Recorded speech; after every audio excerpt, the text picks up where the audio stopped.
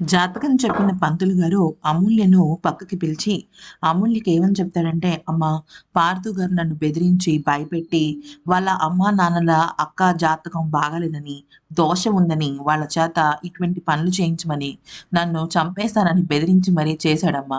నాకు ఏ పాపం తెలీదు. మీకు ఈ విషయం చెప్దామని నేనిక్కడి దాకా వచ్చాను" అంటూ చెప్పడం జరుగుతుంది. అయితే ఆ మాటలన్నీ విన్న అమూల్య చాలా బాధపడుతుంది. అయితే డాక్టర్ గారు చెప్పిన లెక్క ప్రకారం ఆయనలో చిన్న చిన్న మార్పులు కాదు, మొత్తం మనిషే మారిపోయినట్టుగా ఏదో చాలా తేడా కొడుతుంది.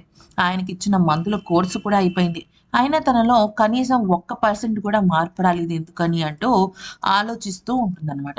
ఈలోపు పార్థు సార్‌కి మందులివ్వాలని చెప్పేసి పార్థు గదిలోకి వెళ్ళిన తర్వాత అమూల్యకు పార్థు గదిలో అంటే దేవ ఉన్న పార్థు గదిలో చిన్న చిన్న బీడీ ముక్కలతో పాటుగా ఇంకా ఏవేవో తాగుడు సీసాలు కనపడతాయి. సర్లే ఇవన్నీ ఎందుకులే అని చెప్పేసి తీసి డస్ట్‌బిన్‌లో పారేసే సమయానికి డస్ట్‌బిన్‌లో మందులు యాజ్ టీజ్‌గా అలాగే వాడకుండా స్ట్రిప్ మొత్తం పడిపోయినట్టు కనిపిస్తుంది. దాంతో ఒక్కసారిగా షాక్ తిన్న అమూల్య, ఓహో! పార్థు సార్ మందులు వాడకపోవడం వల్లే ఆయనకి నయం కావటం లేదనమాట అని చెప్పేసి చాలా అంటే చాలా బాధపడుతూ ఉంటుంది. ఇక ఏం చేయాలో అర్థం కాక వాళ్ళ అమ్మమ్మకు తన బాధనంతా చెప్పుకుంటుంది. ఈలోపు పార్థు వచ్చి తన అమ్మ మీద ఒట్టు వేసి, "అమ్మ తోడు నేను నీకొక నిజం చెప్పాలి" అంటూ మాట్లాడతాడు. ఏంటండి ఆ నిజం అంటే, పంతులు గారి చేత నేనే అబద్ధం చెప్పించానని. అబద్ధం చెప్పించడానికి కారణం ఏంటి అంటే, మా మా అమ్మానాన్నలకి దోషం ఉందని నేను ఒకసారి గుడికి వెళ్ళినప్పుడు సాధువు చెప్పాడని, ఆ సాధువు మాటలు విని నేను భయపడ్డానని, కఠినమైన పరిహారాలు ఉంటాయి కాబట్టే ముందు నుంచి ఇలా చేయిస్తున్నాను అంటూ ఏవో కుంటి అబద్ధాలు చెప్తాడు. దాంతో అమూల్య అది నమ్ముతుందో లేదో తెలీదు కానీ, మొత్తానికైతే మాత్రం ఆ మందులు వాడలేదు అన్న విషయాన్ని గుర్తుపెట్టుకొని, ఈయనకి ఇంకా పాపం మార్పు రాలేదని వదిలేస్తుంది.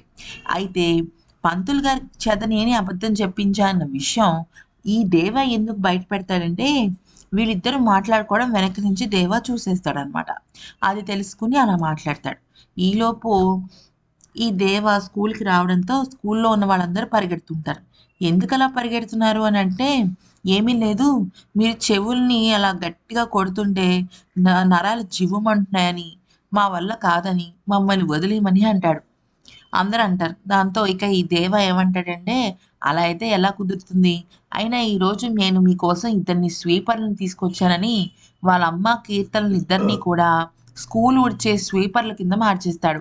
అయితే వాళ్ళు కూడా వద్దని గాని, నో అని గాని చెప్పరు.